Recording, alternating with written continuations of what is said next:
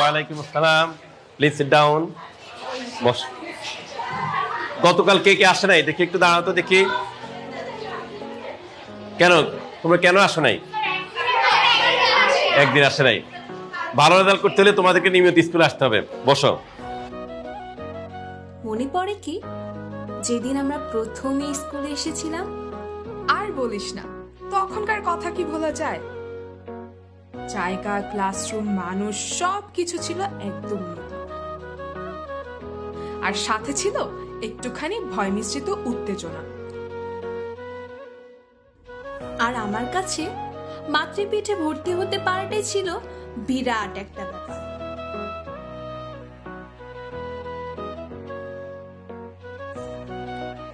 দেখতে দেখতে উঠে গেলাম ক্লাস 6-এ। এলো আবার নতুন বন্ধুরা। হ্যাঁ, তোদেরকে তো তখন আমরা চিনতামই না। বন্ধুত্বটা যে এত তাড়াতাড়ি হয়ে যাবে আশাই করিনি।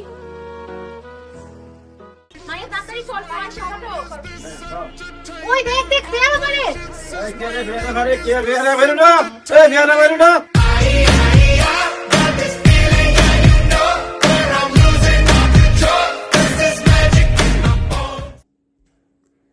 সবকিছু ভালোই যাচ্ছিল, কিন্তু হঠাৎ করে যেন থমকে গেল সবকিছু। করোনা কেড়ে নিয়েছিল আমাদের আনন্দের মুহূর্তগুলো। নিমেষেই পাল্টে গেল কোলাহলপূর্ণ চিরচেনা সেই স্কুলের চিত্র। সংশয়ে ভরা দিনগুলোর কোনো অন্ত যেন খুঁজে পাচ্ছিলাম না। উদ্গ্রীব হয়েছিলাম আনন্দমুখর দিনগুলো আবার কবে ফিরে পাবো। অবশেষে ফিরে এলো সেই দিনগুলো।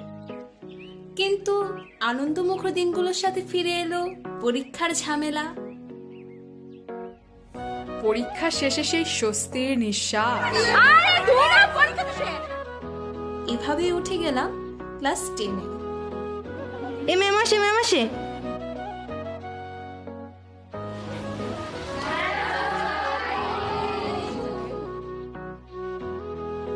Class 10, the most important phase of high school life.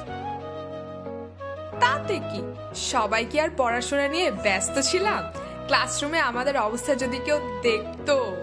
ক্লাসে কেউ গল্পের বই পড়তো, কেউ খেলতো, কেউ কেউ হাসি তামাশার মধ্যেই থাকতো, আবার মাঝে মাঝে ঝগড়াও বেঁধে যেত। কেউ আবার নিয়োজিত থাকতো বিশেষ কাজে।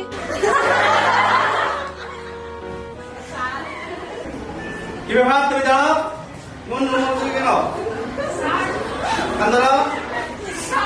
All my friends are toxic, all ambitionless, so rude and always negative. I need new friends, but it's not that quick and easy. আর আমাদের টিফিন পিরিয়ডের মুহূর্তগুলো ছিল বলার বাহিরে। সবসময় যে খুনসুটিতেই ব্যস্ত থাকতাম এমনও না। এই স্কুল জীবনে অনেকের মাঝে থাকা লুকায়িত প্রতিভাগুলো প্রকাশ পেয়েছে।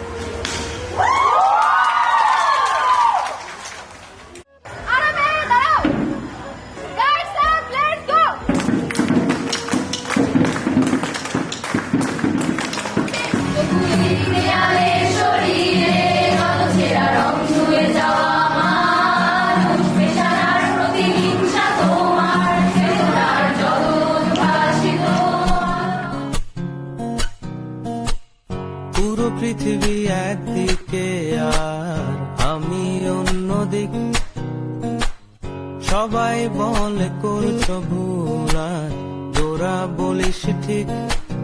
তোরা ছিলি, তোরা আছিস, জানি তোরাই থাকবি বন্ধু। বোঝে আমাকে বন্ধু আছে, আর কি লাগে।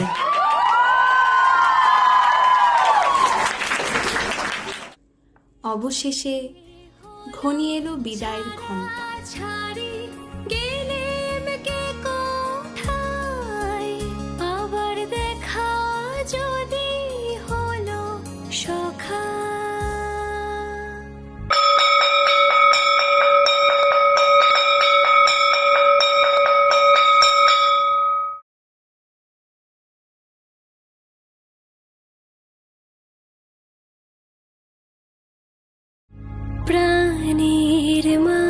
বুঝি